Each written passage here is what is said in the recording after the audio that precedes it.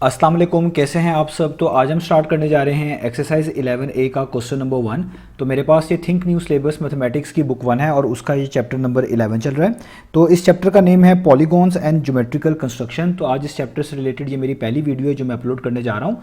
मैंने इस चैप्टर के नेम से एक सेपरेट प्लेलिस्ट भी बनाई हुई है, उसका लिंक नीचे डिस्क्रिप्शन में दिया हुआ है, ताकि आप लोगों को इस चैप्टर से रिलेटेड तमाम सोल्यूशंस एक जगह पर आसानी से इसी प्लेलिस्ट में मिल सकें। इसके अलावा आपको डिस्क्रिप्शन में मेरे सोशल अकाउंट्स के लिंक, यानी मेरी फेसबुक प्रोफाइल, मेरी इंस्टाग्राम प्रोफाइल और मेरा ईमेल आईडी भी मिल जाएगा। आप इन्हीं अकाउंट्स के थ्रू अपने क्वेश्चंस को, सजेशंस को मुझ तक भी पहुंचा सकते हैं। तो आइए स्टार्ट करते हैं क्वेश्चन नंबर 1 को। तो क्वेश्चन नंबर 1 की स्टेटमेंट और इसकी तमाम जो फिगर्स हैं जो इस आपको इमेज में सामने नजर आ भी रही होंगी, ये आपको सामने शो हो रही हैं। तो पहले हम क्वेश्चन नंबर 1 की स्टेटमेंट को रीड करते हैं, समझते हैं, फिर ए पार्ट से स्टार्ट लेंगे। तो यहाँ पे लिखा हुआ है find the value of unknown in each of the following figures. तो वो आपसे कह रहे हैं कि आपने वैल्यूज फाइंड आउट करके दिखानी है, किसकी? अननोन की। अननोन का मतलब जिसकी वैल्यू आपको नहीं पता। कहाँ पे नहीं पता? इन फिगर्स में। तो आप देख सकते हैं इन तमाम फिगर्स के अंदर कुछ एंगल्स आपको गिवन है और कुछ एंगल्स आपको नहीं दिए गए। तो जो एंगल्स आपको नहीं दिए गए वही बेसिकली अननोन है, उन्हीं की वैल्यूज को आपने फाइंड आउट करके दिखाना है। और आगे लिखा हुआ है correct to 1 decimal place where appropriate. और आपने इन मिसिंग वैल्यूज को, जिनको अननोन कहा जा रहा है, इनकी वैल्यूज को 1 डेसिमल प्लेस तक करेक्ट करके लिखना है। जहां पर मुनासिब हो सके, जहां पर जरूरी होगा वहां पे हम करेक्ट करेंगे 1 डेसिमल प्लेस तक, जहां पर नहीं होगा वहां पर हम इसको करेक्ट नहीं करेंगे। तो इन शॉर्ट आपको डिफरेंट फिगर्स नीचे दी गई हैं, ये सबकी सब ट्राइंगल्स हैं। इन ट्राइंगल के अंदर कुछ एंगल्स आपको बता दिए गए हैं, कुछ एंगल्स मिसिंग है। आपके जो मिसिंग एंगल्स हैं उन्हीं को अननोन कहा जा रहा है, उन्हीं की वैल्यूज को आपने फाइंड आउट करके दिखाना है। तो आइए स्टार्ट करते हैं हम ए वाले पार्ट से। तो देखिए ए वाले पार्ट में आपको यहां पर सामने ट्राइंगल बना हुआ नजर आ रहा है। तो ट्राइंगल के टोटल 3 एंगल्स होते हैं। तो यहां पर आपको एक एंगल बताया गया है 16 डिग्री, दूसरा एंगल आपको बताया गया है 8 डिग्री, और यहां पे एक स्क्वायर बॉक्स टाइप आपको बना हुआ नजर आ रहा है। याद रखिएगा जहां पे भी इस तरह का बॉक्स बना हुआ है, इसका मतलब होता है कि यहां पे जो एंगल है वो 90 डिग्री का है। तो आपके पास यहां पर 2 एंगल्स नोन है, यानी 16 डिग्री भी आपको पता है, ये एंगल 90 डिग्री होता है ये भी पता है, और एक अननोन है जिसको यहां पर 8 डिग्री कहा गया। ये 8 डिग्री भी एंगल को रिप्रेजेंट करता है। इसी ए की आपने वैल्यू फाइंड आउट करनी है। तो इन तमाम क्वेश्चन में हम सिर्फ एक ही प्रॉपर्टी यूज करेंगे ट्राइंगल की, उन्हीं से तमाम क्वेश्चन हो जाएंगे। और वो प्रॉपर्टी ये है कि कोई भी आपके पास ट्राइंगल आ जाए, कैसा भी ट्राइंगल आ जाए, उसके तमाम एंगल्स का सम हमेशा 180 डिग्री के इक्वल होता है। इसी प्रॉपर्टी को यूज करके आप अननोन की वैल्यूज फाइंड आउट कर सकते हैं। तो हम यहां पर क्या करेंगे, इसी प्रॉपर्टी के मुताबिक अगर आप इस 8 डिग्री को, इस 16 डिग्री को और इस 90 डिग्री को, जो 3 एंगल्स हैं, इनको सम कर दें। यानी पहला एंगल आपके पास 8 डिग्री है, उसको लिखें, किसी को भी पहले या बाद में लिख सकते हैं। फिर आपके पास दूसरा एंगल एक 16 डिग्री है, उसको लिखें, और तीसरा एंगल आपके पास 90 डिग्री है, उसको लिखें। इन तीनों एंगल्स को अगर आप सम करें तो इसका आंसर हमेशा 180 डिग्री के इक्वल आना चाहिए। क्यों? क्योंकि ये ट्राइंगल के एंगल हैं। ट्राइंगल के तमाम एंगल्स का सम हमेशा, इंटीरियर एंगल्स का सम हमेशा 180 के इक्वल आता है। आगे आपने इस प्रॉपर्टी को लिखना भी है शॉर्ट फॉर्म में, तो आप इस तरह लिख दीजिएगा एंगल, ये सिंबल एंगल का होता है, आप लिख देंगे एंगल सम ऑफ ट्राइंगल, या इस तरह की शेप बना दें, क्योंकि इस ट्राइंगल का कोई नाम नहीं है, कोई नाम होता तो आगे नाम भी लिख देते। तो ये बेसिकली एंगल्स का सम है, यहाँ पे छोटा सा एस लिख दें, एंगल्स सम ऑफ ट्राइंगल। ठीक है, अब आपने जैसे इसको सॉल्व करना है, तो यहाँ पर 16 और 90 डिग्री ऐड हो रहे हैं, इनको आप ऐड कर दें। तो 16 में अगर आप 90 ऐड करेंगे तो आपके पास आ जाएगा 106। तो ये हो जाएगा a प्लस 106 और ऊपर डिग्री इक्वल टू का साइन वैसे ही, और 180 डिग्री वैसे का वैसे। ये 106 डिग्री यहाँ पर ऐड हो रहा है, इसको आप इक्वेशन के राइट साइड पे मूव करेंगे तो यहाँ पर आकर ये 180 डिग्री में से सब्ट्रैक्ट हो जाएगा। 180 वैसे रहेगा, ये प्लस 106 यहाँ पर आके क्या हो जाएगा, सब्ट्रैक्ट हो जाएगा, यानी माइनस 106 हो जाएगा। अब आप 180 में से 106 माइनस कर दें तो आपके पास ऑटोमेटिकली इस ए की वैल्यू आ जाएगी। ये ए ही अननोन था, इसी की वैल्यू निकालनी भी थी, तो 8 डिग्री का आंसर आ जाएगा 180 माइनस 106 होता है 74 डिग्री। तो आपके पास 8 डिग्री आ गया 74 डिग्री, जिसको आप इस तरह भी लिख सकते हैं कि दोनों चीज़ें इक्वल हैं, तो इनकी ये डिग्रीज के लिहाज से सेम है। तो कंपैरिजन करके आप यूँ भी लिख सकते हैं कि ए सिर्फ 74 के इक्वल है, यानी डिग्री के बगैर भी आप इसको इस तरह लिख सकते हैं कि ए किसके इक्वल है, 74 के इक्वल है। ये भी आंसर ठीक है, ये भी आंसर ठीक है। तो याद रखें ये प्रॉपर्टी आपको तब काम आती है जब भी कोई ट्राइंगल हो, उसके इनसाइड इंटीरियर जो है आपके पास एंगल्स गिवन हो। कितने एंगल्स गिवन हो? कम से कम 2 गिवन होने चाहिए। अगर कोई 2 एंगल आपके पास गिवन हो तभी आप तीसरा वाला मिसिंग इस प्रॉपर्टी से बड़ी आसानी से निकाल सकते हैं। तो ये हमारा ए पार्ट हो गया। अब चलते हैं बी पार्ट की तरफ। तो अब हम स्टार्ट कर लेते हैं पार्ट नंबर बी को। तो पार्ट नंबर बी में जो ट्राइंगल यहाँ पर बना हुआ है वो आपको ये बना हुआ यहाँ पर नजर आ रहा है। आप देख सकते हैं इस ट्राइंगल की इस वाली साइड पे भी एक सिंगल डैश इस तरह लगाई गई है और इस वाली साइड पे भी एक सिंगल डैश लगाई गई है। जहाँ पर भी इस तरह की सेम ये डैश अपीयर हो, इसका मतलब होता है कि जो लेंथ इस साइड की है वही लेंथ इस साइड की भी है। तो ये डैशेस शो करती हैं कि इस ट्राइंगल की 2 साइड्स की लेंथ क्या है, बिल्कुल सेम है। तो ऐसा ट्राइंगल जिसकी दो साइड्स की लेंथ बिल्कुल सेम हो, उस ट्राइंगल का नाम होता है आइसोसेलेस ट्राइंगल। तो ये बेसिकली एक आइसोसेलेस ट्राइंगल है। तो ऐसा ट्राइंगल जिसकी दो साइड सेम हो या दो साइड्स की लेंथ सेम हो, उसी को हम आइसोसेलेस ट्राइंगल बोलते हैं। और याद रखिएगा, आइसोसेलेस ट्राइंगल की प्रॉपर्टी होती है कि जब भी कोई आइसोसेलेस ट्राइंगल आपके पास आए तो उसके बेस एंगल भी इक्वल होते हैं। बेस एंगल किसको बोलेंगे? जैसे इस साइड के आप बिल्कुल नीचे देखें, यहाँ पे क्या लिखा हुआ है, बी डिग्री, तो ये इसका बेस एंगल है। तो जितना एंगल यहाँ पर होगा उतना ही ये जो दूसरी साइड जिसके इक्वल थी इसी साइड के, इसके भी नीचे यहाँ पर भी उतना ही होगा। यानी अगर ये बी डिग्री है तो ये भी क्या होगा, बी डिग्री। तो आइसोसेलेस ट्राइंगल एक ऐसा ट्राइंगल हो गया जिसकी दो साइड्स भी सेम होती हैं और उन्हीं दो साइड से जो कनेक्टेड ये बेस एंगल्स होते हैं यहाँ पर, वो भी हमेशा सेम होते हैं। याद रखिएगा, इनको हम क्या बोलते हैं, बेस एंगल्स। ये हमेशा आइसोसेलेस ट्राइंगल के केस में इक्वल होते हैं। तो अब आपको पता चल गया कि यहाँ पर दो एंगल्स बी डिग्री हैं, एक एंगल 48 डिग्री है। तो इस बी की वैल्यू को ही आपने फाइंड आउट करना है और इसी प्रॉपर्टी का यूज़ करेंगे जो हमने ए पार्ट में यूज़ किया। तो हम यहाँ पे लिखेंगे as given triangle is an isosceles triangle, क्योंकि जो ट्राइंगल हमें गिवन है वो बेसिकली एक आइसोसेलेस ट्राइंगल है। तो इसलिए इसके दो एंगल सेम होने चाहिए। वो कौन से सेम होने चाहिए? जो बेस एंगल होते हैं। तो बेस कौन से एंगल है? इधर भी बी है, इधर भी बी है, तो आप इन दोनों को बी लिखेंगे, दोनों को बी मानेंगे। तो अब इनको अगर हम सम कर लें, यानी B degree plus B degree और तीसरा एंगल क्या, 48 डिग्री। तो अभी हम प्रॉपर्टी पढ़ चुके हैं कि किसी भी ट्राइंगल के इन इंटीरियर एंगल्स का सम हमेशा किसके इक्वल आता है, 180 डिग्री के। तो ये किसके इक्वल आएगा, 180 डिग्री के इक्वल। और आगे आप इस प्रॉपर्टी को लिख भी सकते हैं, एंगल्स, ये एंगल का सिंबल है, सम ऑफ ट्राइंगल, ठीक है। तो ये इस तरह आप मेंशन कर सकते हैं। अब आप देखें, ये B degree plus B degree, B degree का मतलब है खाली 1 बी डिग्री। इधर आप 1 लिख भी लें तो भी ठीक है, ना लिखें तो भी ठीक है। तो 1 बी प्लस 1 बी डिग्री कितना हो जाएगा, ये हो जाएगा 2 बी डिग्री। आगे प्लस का साइन वैसे ही, 48 डिग्री वैसे ही, यहाँ पे 180 डिग्री वैसे का वैसे ही। आपने बी की वैल्यू फाइंड आउट करनी है, यही अननोन है, तो 2 बी डिग्री वैसे का वैसे ही रहेगा।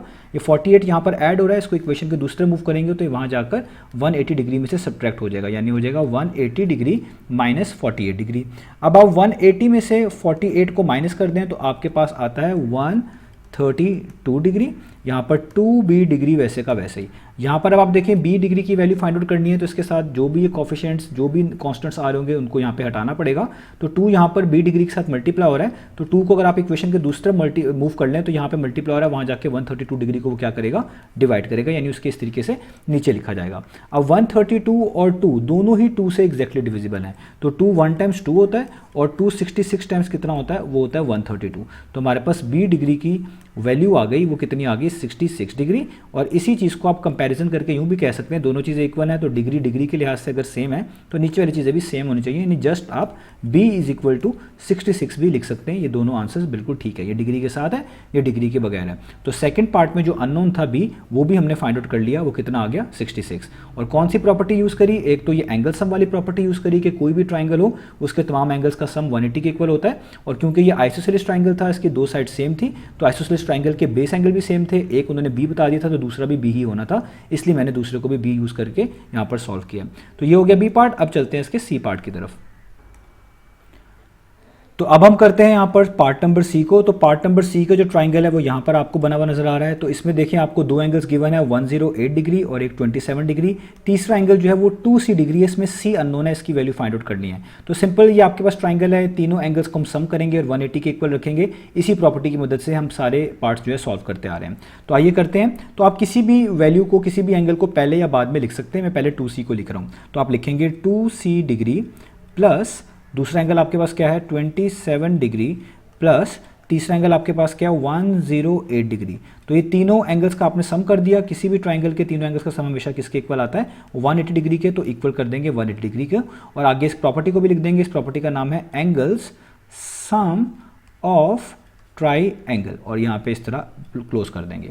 अब देखिए 2c डिग्री तो वैसे ही रहेगा, ये तो जाहिर बात है, इसमें c आ रहा है, बाकी में ऐड तो नहीं हो सकता डायरेक्टली, लेकिन 27 और 108 आपस में ज़रूर ऐड हो सकते हैं, वो यहाँ पर ऐड भी हो रहे हैं। तो 27 में अगर आप 108 ऐड करेंगे तो आएगा प्लस 135 डिग्री।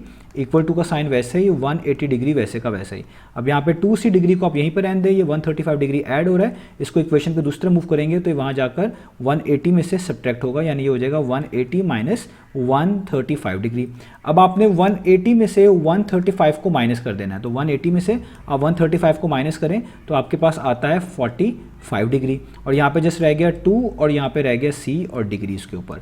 अब देखिए यहाँ पे c की वैल्यू निकालनी है, तो 2 एक तरह का मल्टीप्लाई हो रहा है c के साथ। अगर आप इस 2 को, ये जो मल्टीप्लाई हो रहा है उधर मूव करेंगे राइट साइड पर, तो वहाँ जाकर 45 को डिवाइड करेगा, तो ये हो जाएगा c degree is equal to 45 degree divided by 2।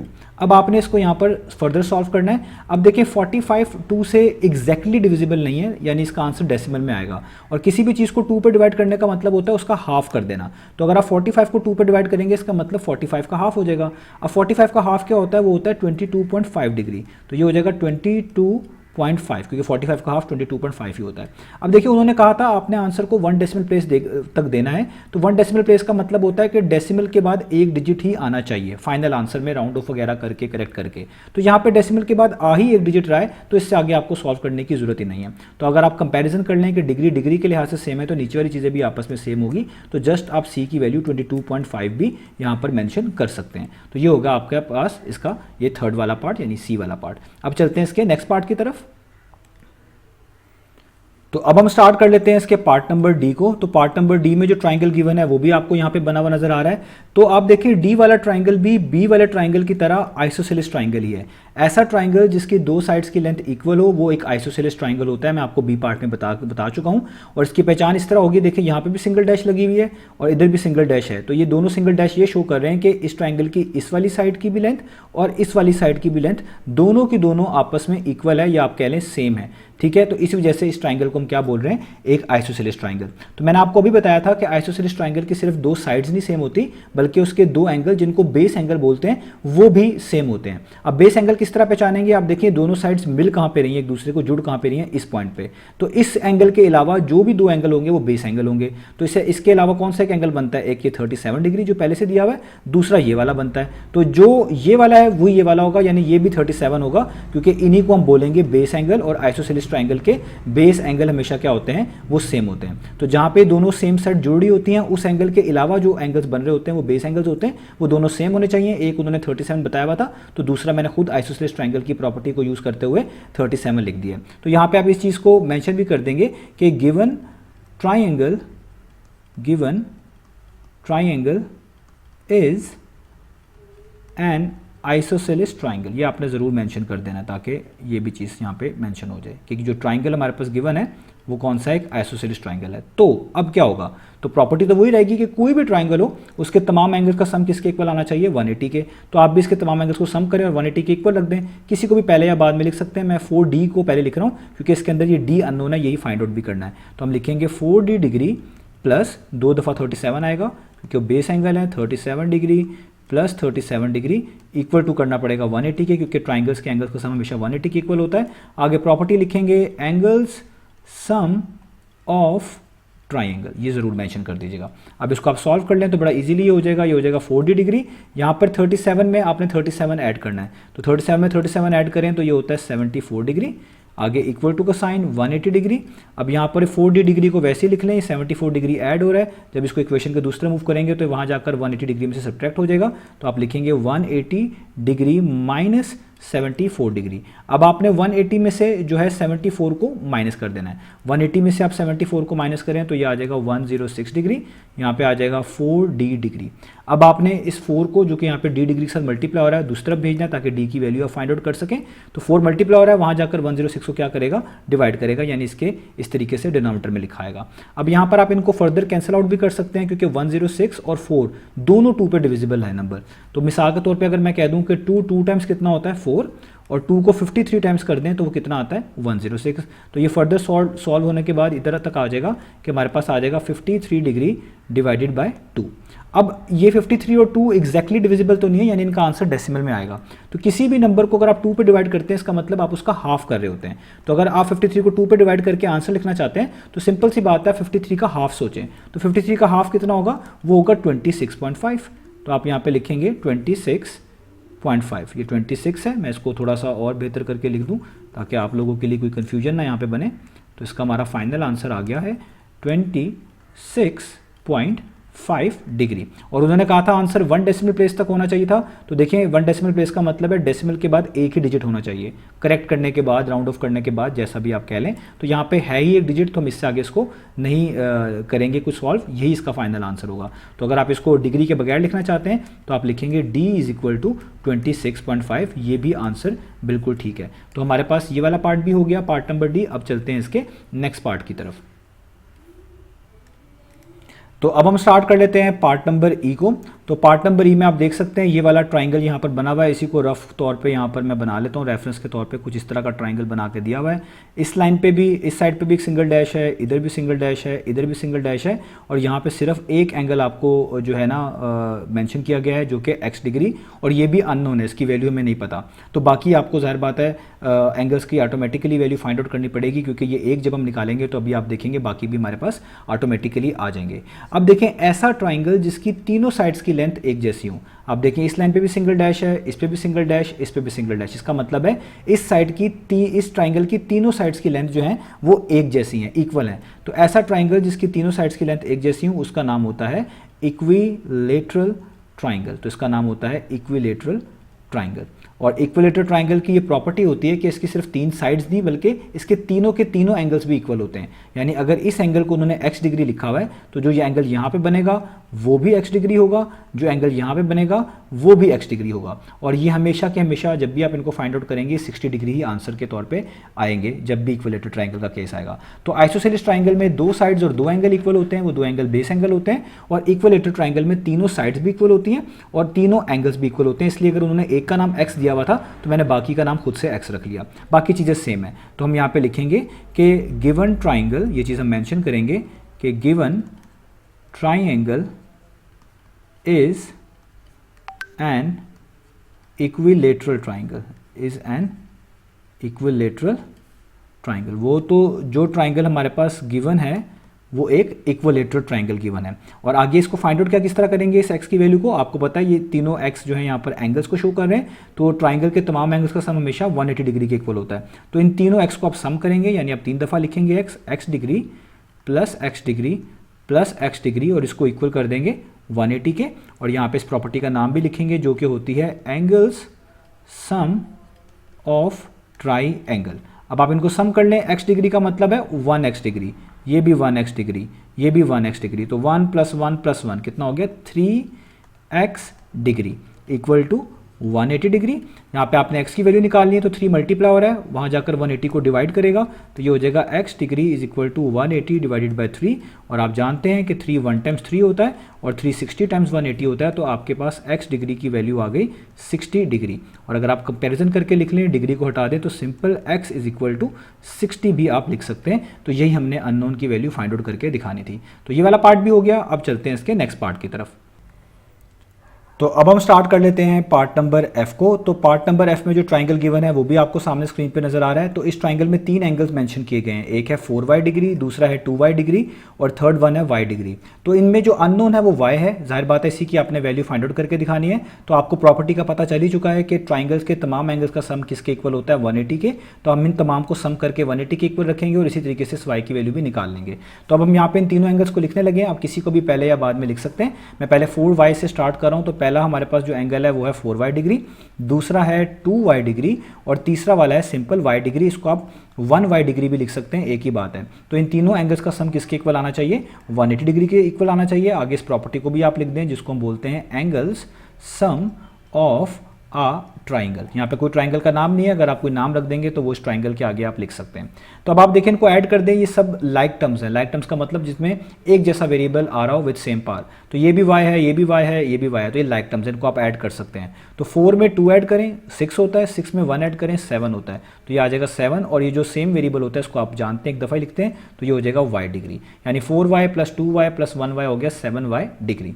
आगे इक्वल टू का साइन और यहाँ पर आ जाएगा 180 डिग्री। अब आपने y की वैल्यू निकालनी है तो 7 को यहाँ से रिमूव करना पड़ेगा, 7 यहाँ पर मल्टीप्लाई हो रहा है, ये इक्वेशन के दूसरी तरफ मूव करेंगे तो ये वहाँ जाकर 180 डिग्री को क्या करेगा, डिवाइड करेगा, यानी हो जाएगा 180 डिग्री डिवाइडेड बाय 7। 180 जो है एग्जैक्टली डिवाइड नहीं होता 7 में, यानी इसका आंसर कोई डेसिमल में आएगा, इसके लिए आपको डिवीजन करनी पड़ेगी। तो हम यहाँ पे लिख लेते हैं 180 को, यहाँ पे बाहर लिख लेते हैं 7 को, मैं शॉर्ट फॉर्म में डिवीजन कर रहा हूँ, आपको आती है। हम अगर 18 के लिहाज से देखें 7 को किस नंबर से मल्टीप्लाई करें कि 18 या 18 के पास पास आ जाए, आप जानते हैं 2 से, 7 2 टाइम्स कितना होता है 14, 18 में से 14 माइनस करेंगे क्या आ जाएगा 4, तो यहाँ पे आ गया 4। अब आपको अगले डिजिट को नीचे उतारना पड़ेगा, तो ये 0 नीचे उतारें, ये हो जाएगा 40। अब आप देखिए 7 को किस नंबर से मल्टीप्लाई करें कि 40 या 40 के पास पास आ जाए, आप जानते हैं 7 को 5 से मल्टीप्लाई करें तो सबसे क्लोजेस्ट वैल्यू 35 आती है। अब 40 माइनस 35 आप कर दें तो आपके पास क्या आ जाता है 5। अब आपको अगला डिजिट नीचे उतारना है, अगला डिजिट नहीं लिखा हुआ तो आप डेसिमल इधर भी लगा देंगे, ऊपर भी लगा देंगे, और अभी फिलहाल 1 0 यहाँ पर लिखकर नीचे उतार लेंगे इस तरीके से। अब आपने देखना है कि 7 को किस नंबर से मल्टीप्लाई किया जाए कि 50 या 50 के पास पास आ जाए, तो आप जानते हैं कि 7 टाइम्स कितना होता है, वो होता है 49, सबसे क्लोजेस्ट वैल्यू यही आती है, और 50 माइनस 49 कितना होता है, वो होता है 1।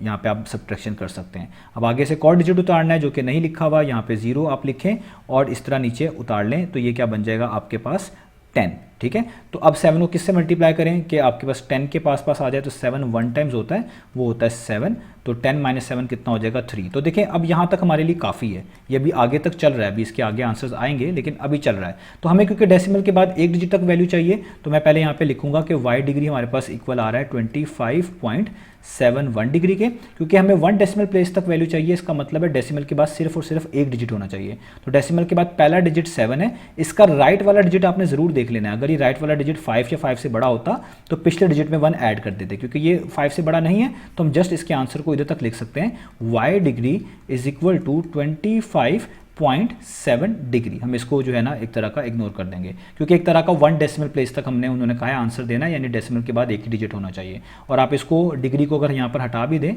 तो कंपैरिजन करके सिर्फ y की वैल्यू को 25.7 भी लिख सकते हैं, ये आंसर भी बिल्कुल ठीक है। तो ये हमारे पास हो गया f पार्ट। तो उम्मीद है आपको तमाम के तमाम पार्ट समझ आए होंगे। इंशाल्लाह नेक्स्ट वीडियो में मिलेंगे बाकी सॉल्यूशंस के साथ।